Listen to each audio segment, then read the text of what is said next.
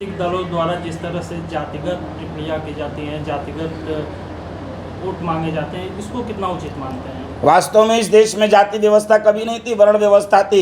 और जातीयता परोसने का यदि किसी ने काम किया है तो केवल और केवल नेताओं ने किया है, पार्टियों ने किया है। और अंग्रेजों ने ये प्रारंभ किया था। और वही बुद्धि वर्तमान नेताओं के बुद्धि में भी है। वो हर चीज़ वोट बैंक के नाते, जाति के नाते देखते हैं। हमारे सनातन शास्त्रों में, सनातन संस्कृति में जाति व्यवस्था नहीं थी, वर्ण व्यवस्था थी, विशुद्ध वर्ण व्यवस्था। गीता का वह श्लोक इतनी बार आप लोग सुन चुके होंगे कि सबको वह कंठस्थ हो गया है। चातुर्वर्ण्यम मया सृष्टम गुण कर्म विभाग स। हमने बार बार बोला, हमने स्मृतियों में गाया है, बार बार बोला है कि जन्मना जायते शूद्र संस्काराद द्विजोच्यते। हमने बार बार बोला है। और हमारे यहाँ कोई जाति व्यवस्था नहीं है। कर्म के आधार पर वर्ण बटे थे। वह विभाजन घरों में भी होता है।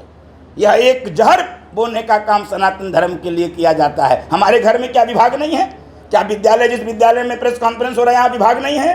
क्या यहाँ का कर्मचारी प्रधानाचार्य की कुर्सी पर बैठेगा? क्या नहीं बैठेगा। लेकिन यह भेद व्यवस्था का भेद है। यह भेद कोई सामाजिक भेद नहीं है। यह भेद सदैव रहता है। लेकिन इस भेद से जातीयता की दुर्गंध नहीं आती, जातिवाद नहीं आता है। हमारे हिंदू धर्म में भी वो व्यवस्थाओं का विभाजन है। वह कहीं से रंग भेद, वर्ण भेद, छुआछूत, अस्पृश्यता का कोई स्थान नहीं है। और ये राजनेताओं को तो मैं क्या ही बोलूँ, इनसे ज़्यादा बोलना भी ठीक नहीं है। इनकी विनाश काले विपरीत बुद्धि, विनाश का समय निश्चित रूप से ऐसे नेताओं का आ रहा है। बहुत हो गया। हिंदू समाज को तोड़ तोड़ कर जातियों में, और किसी समाज का वोट जाति में और क्यों नहीं तोड़ के मांगते? सारे धर्मों में जातियां हैं।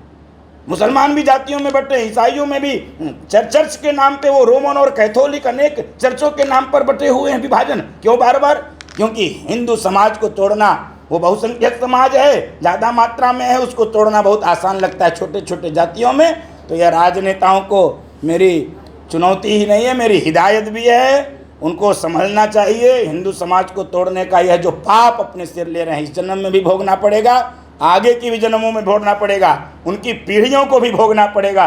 जिस प्रकार से हमारे ऋषियों ने, हमारे महर्षियों ने, हमारे पूर्वजों ने, हमारे बलिदानियों ने, हमारे क्रांतिकारियों ने, हमारे देशभक्तों ने इस समाज को फिर से खड़ा किया, इस समाज को देश के लिए तैयार किया, उसको जाति के नाम पर तोड़ रहे हैं। शास्त्रों में जातिवाद ढूंढ कर लाते हैं, शास्त्रों में कहीं जातिवाद नहीं है। जिस गुरुदेव के गुरुकुल में सांदीपनी पढ़ते थे, जिस गुरुकुल में भगवान कृष्ण पढ़ते थे, उसी में सुदामा पढ़ते थे। जिस गुरुकुल में भगवान राम पढ़ते थे, उसी गुरुकुल में निषाद राज गुह पढ़ते थे।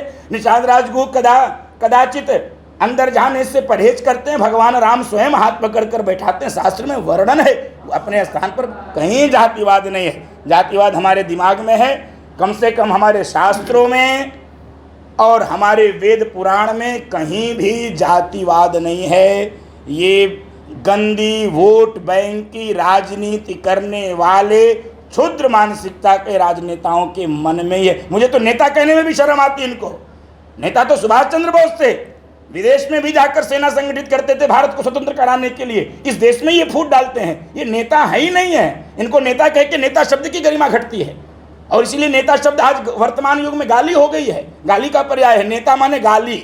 इसलिए ऐसे ही लोगों के कारण नेता शब्द भी यह कुत्सित हो रहा है। तो मुझे लगता है कि इस पर कठोर कार्रवाई होनी चाहिए, इनको अपनी मति बदलनी चाहिए।